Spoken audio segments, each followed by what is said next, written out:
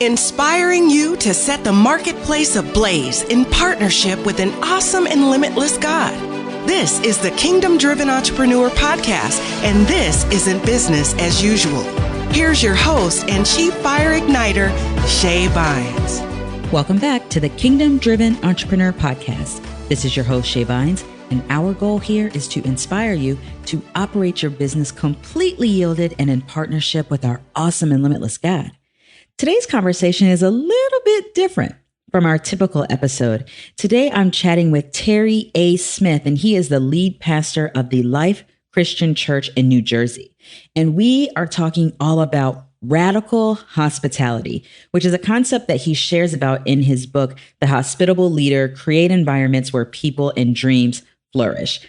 It's a rich chat that I believe you will really enjoy, particularly if you are an entrepreneur who either has a team currently or you have a vision to grow your business with a team. So take note of the nuggets that really stick out to you. And of course, grab a copy of the book for yourself to learn more. Now, before we get started, I want to make sure that you know about our Firestarter School. Firestarter School walks you through key foundations and practical applications that will help you to confidently partner with God at greater levels in your business. It's all about positioning you to experience His best and have a greater kingdom impact in the marketplace. It's an MP3 audio course available via mobile app. So I guess you could say it's like having me as a mentor in your pocket. And I truly believe that if you are a listener of this podcast and enjoy what you're hearing and learning, you are going to want to grab Firestarter School. And guess what? Lifetime access to the course is available at the price of your choice.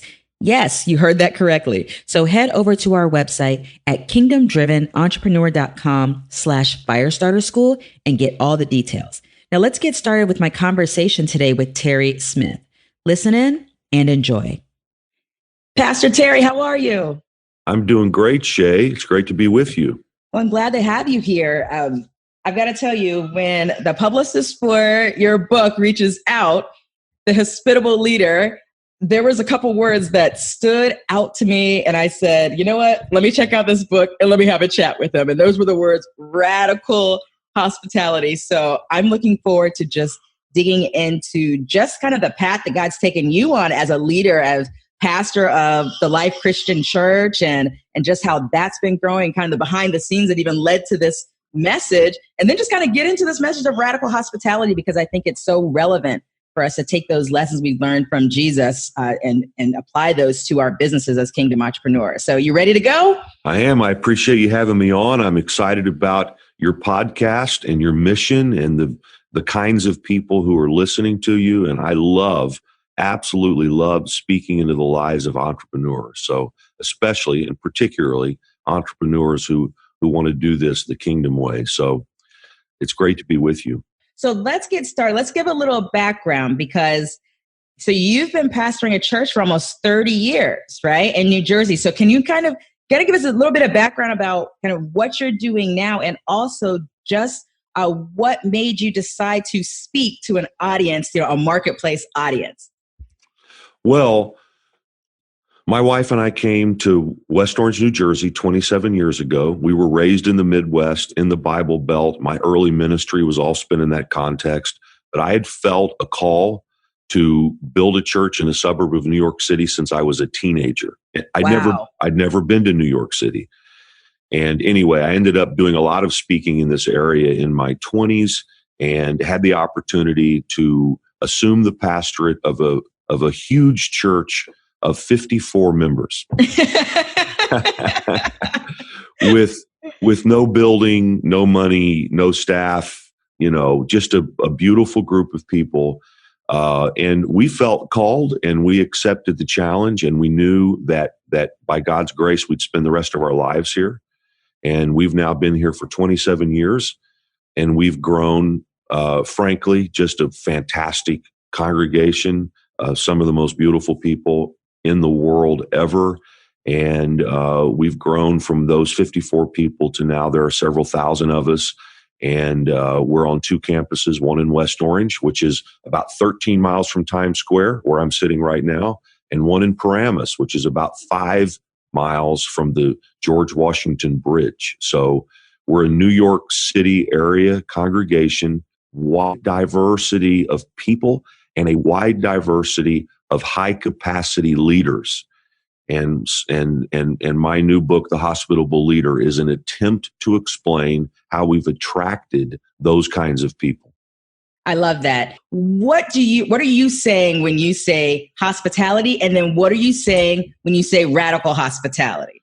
So the definition of a hospitable leader, here's the technical definition. Okay. A hospitable leader creates environments of welcome where moral leadership can more effectively influence an ever-expanding diversity of people. So a lot of times when people hear me talk about hospitality, they think I'm talking about the first impressions ministry of a church. Right. I am not. Now, that's a part of it, but it's creating environments of welcome. And for me, and we can dig in this if you want, I'm talking about physical environments, spiritual environments, attitudinal environments, emotional environments, and communicative environments where people will feel so welcomed that their hearts are warmed, as I describe it, and they're willing to listen to your message. Whether that's a pastor speaking capital T truth from the pulpit, or whether that's a marketplace person selling a product that they believe will positively impact the life of the person who's purchasing it. It's creating an environment where people are more likely to be led. And so hospitality in this regards is a precursor to every other kind of leadership. So I'm kind of an unusual pastor in that I have a master's degree in organizational leadership. I noticed that. I've studied a lot about leadership, taught a lot about leadership for many, many years, and again, attract a lot of high capacity leaders. And what I've tried to do is say that you can't lead people who aren't at the table. That's good. You can't. And so, John Maxwell, for instance, will talk about leadership as influence. Well, you can't influence people who aren't there. Yes. And so hospitable leaders create environments where people are more willing to be led to good and beautiful things. So that's kind of hospitable leadership. Now, do you want me to get into the radical? Yes. Let's do that. And then I want to kind of go and talk a little bit about your journey of putting this into practice as a leader in your own ministry. All right. So there is a radical edge to hospitable leadership. I think it's potentially one of the most important things we could say in our society writ large today. Asbury Seminary professor Christine Pohl said, hospitality is resistance. And when you dig into what she's saying hospitality is resistance to the way things are. And the way things are right now in our society at every level is polarized, dissonant. People who should be having conversations with one another are yelling at one another, demonizing each other. Yes. It affects. I was walking around with my wife last night in New York City on a dinner date, and some of the signage in some of the businesses on the street were telling you essentially that if you voted one way or another in the last election, you're not welcome in their business. Wow. Wow. Well, that is inhospitable. Yeah. But that's just one little indicator from politics to the way denominations treat one another, to the way we talk about race and gender and so many other things in this country, that there is a lack of basic hospitality. And that is, instead of shouting at one another, why don't we sit together at the table and have a meal together, which is the way Jesus conducted his leadership. And let's talk about this. And I just think that there's just a tremendous need for that kind of hospitality. And when understood, it has a radical edge, because the popular thing right now is to get in a camp, be in the camp, and hate everybody else who's not in your camp. Yes. And hospitality tears down those walls. Jesus came and tore down the walls that separated people, the walls between Jew and Gentile. And the Apostle Paul essentially said, if he can do that, then there's no reason that anybody from any background can't get along with someone else. So I have a whole section in the book about welcoming the stranger. And maybe we won't get into that later, but it has very radical implications. I've had conversations about this, by the way, with one of the very popular presidential candidates right now.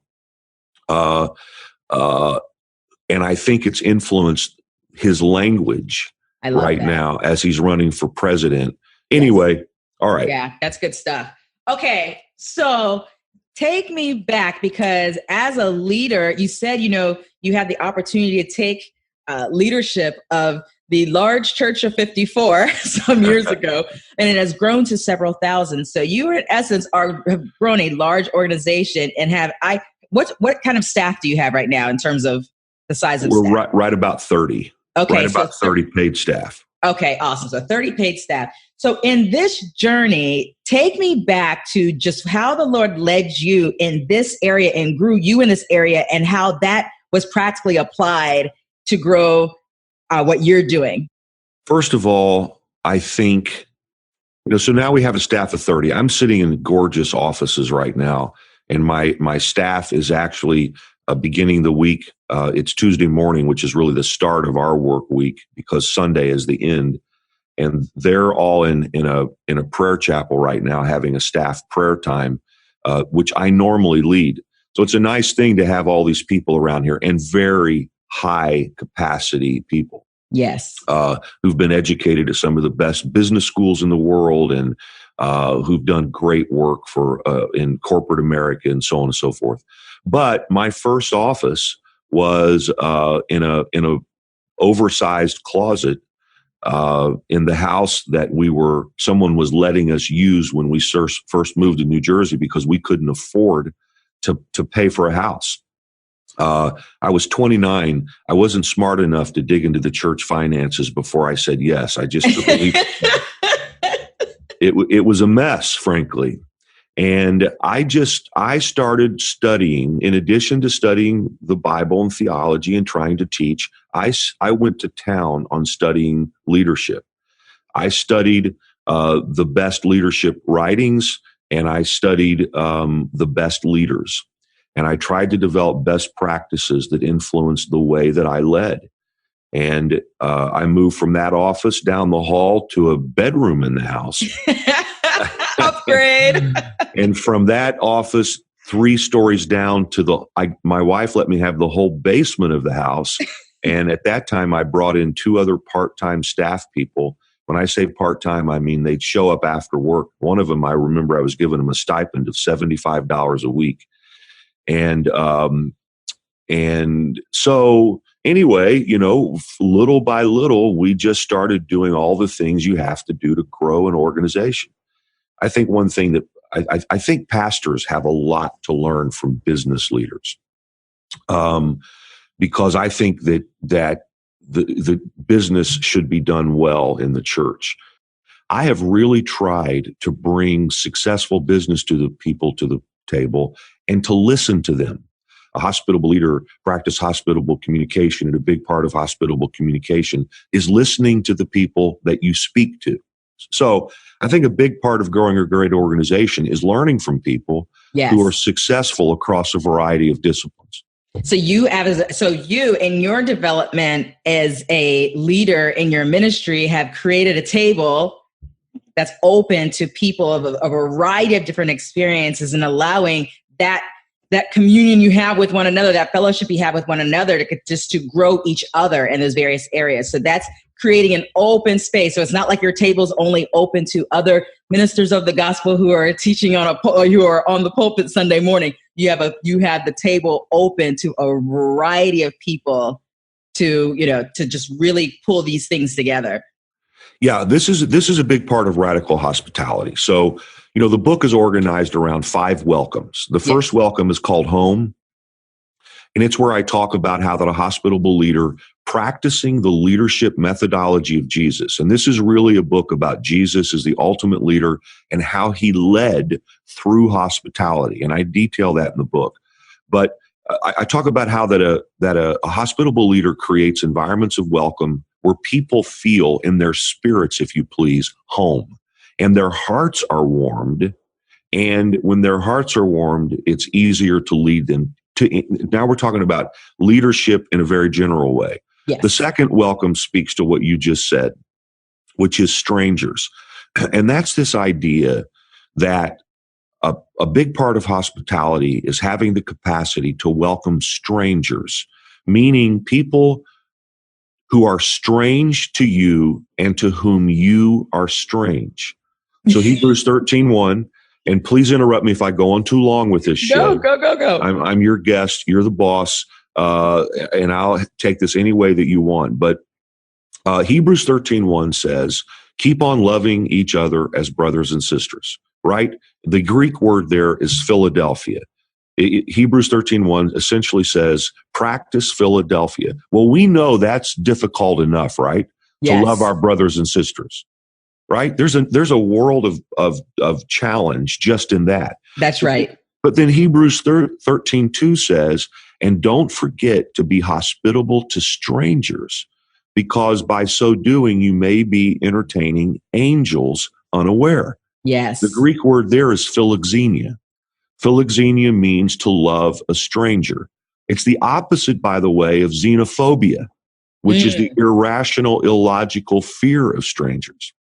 And I believe the call of the Christian business person or the Christian small group leader or the Christian pastor is to not just stay in Philadelphia and love each other, but to move from Philadelphia. We need to do that, but we've got to move from Philadelphia to philoxenia. We have to not just love each other, but we have to love the stranger. Yes. And the stranger is defined, as I define it, as a person who is strange to us or to whom we are strange. And then what we discover is when we do that, we're often entertaining angels unaware.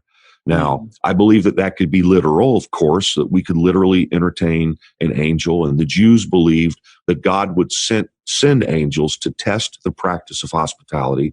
But let's just talk about angels. You know, an angel is a messenger from God. Yes. And what I've often learned is that when I've entertained a stranger, that stranger often becomes to me a messenger from God. I have learned to welcome people who are different than me, people who are strange to me in their experiences in many ways. That could be someone with a different theological position. That could be someone with different political views.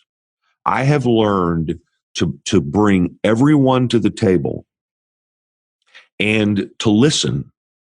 And that doesn't mean that I have very strong views about almost everything.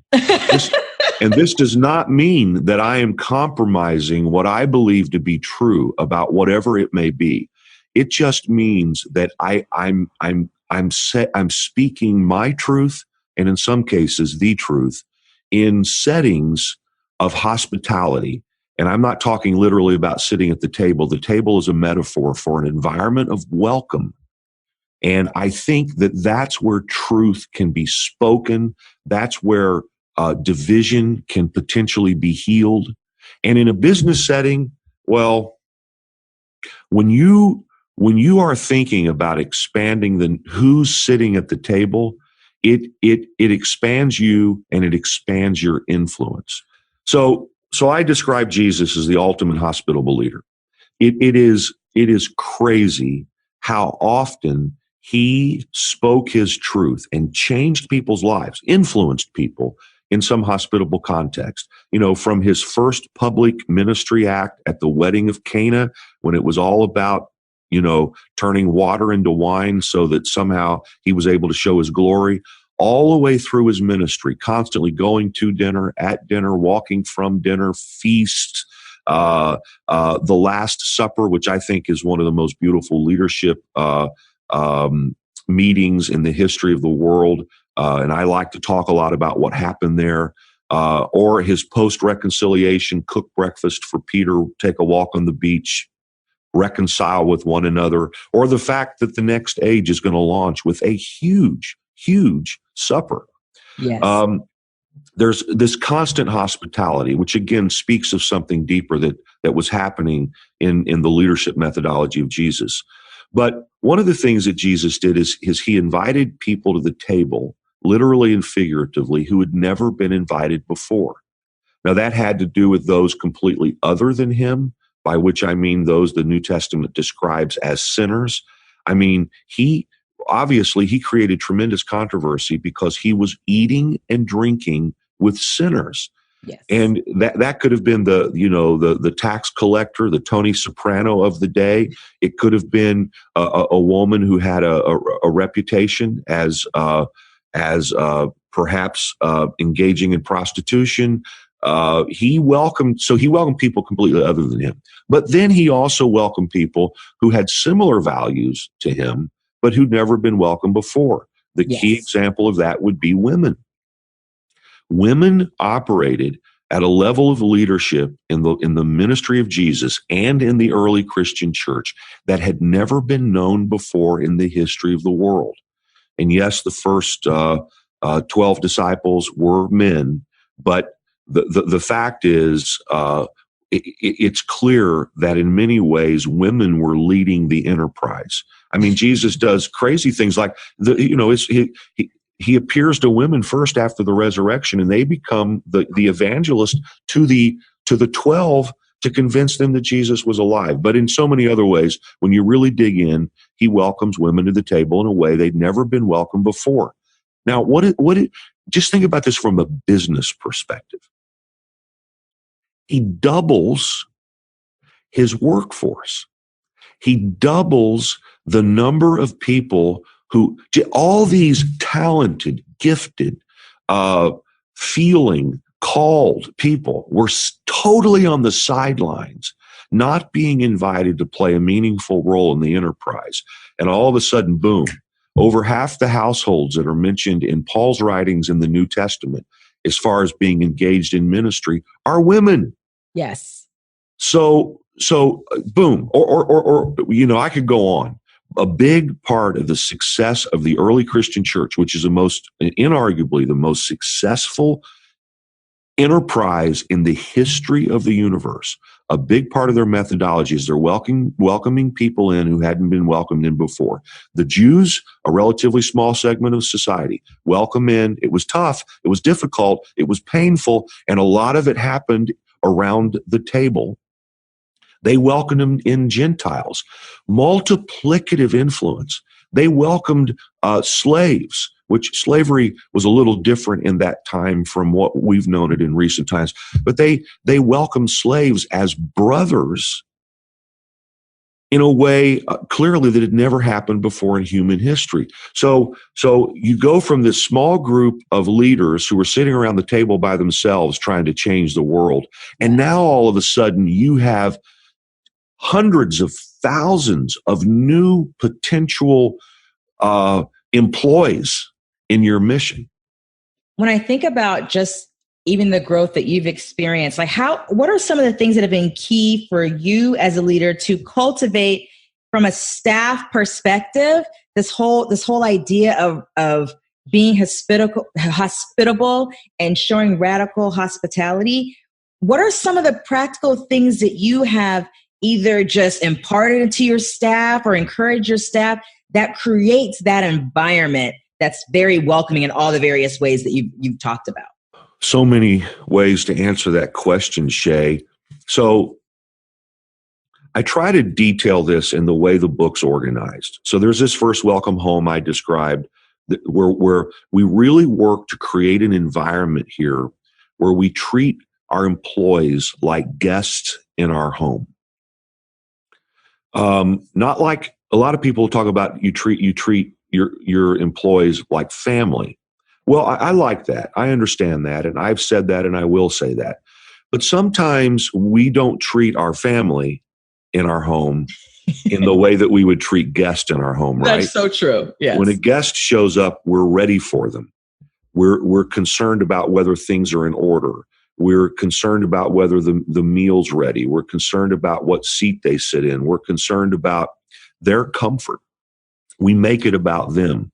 So Ken Gosnell actually said this in a blog that I read of his, that we try to treat our employees like guests in our home. So the first welcome is home. How do you run a strategic meeting, for instance, where people's hearts are warm and you don't just have, Mr. MBA up there drawing boring stuff on the board, and people are just walking out with information. But there's a way to run a meeting where you engage people's hearts so that they don't just get information, but they get their hearts fired up. Yes. And that's when work is more, we don't just walk out with an action item list. We walk out with our hearts on fire. Yes. Because our heart's on fire, in order to get a thing done, it has to be more than a task on a piece of paper. It has to be an act of the will. And that's where our heart has to be engaged. So the first welcome is home, where we talk about that kind of stuff. The third is strangers. We mentioned that. The second is strangers. The third, dreams. And this is where I say that hospitable leaders are hospitable to people and their dreams. A lot of leadership activities, and this is especially true when it comes to people who are leading businesses and I think churches, because the business, especially for entrepreneurs, is coming out of the dream of the entrepreneur. It's common that the people who work for the entrepreneur everything is organized around the dream of the leader. Now, that's not inherently bad, and in fact, it's normal. And I talk about how that we don't have to make an either or choice around dreams. But this is what I do say. I say that a moral leader does not just ask people to join them in their dream, but a moral leader gets up every day and asks the people who are following them, what are your dreams? Yes. And how can your dreams be connected to this dreams in ways that are satisfying to you? And then your dreams that may be something beyond what we're doing here. How can I make sure that part of what I'm doing as a leader is inspiring you to live the life God dreamed for you? Yes. Inherently immoral leaders, without meaning to, they make it all about them and their dreams. And this is a natural thing. And frankly, for many years, that's the space I lived in. Mm-hmm. But what I've learned over the years as I've grown as a leader, and one reason I had to write about hospitable leadership is because it wasn't natural to me. Right. And I learned a lot of hard lessons and have developed this philosophy of leadership.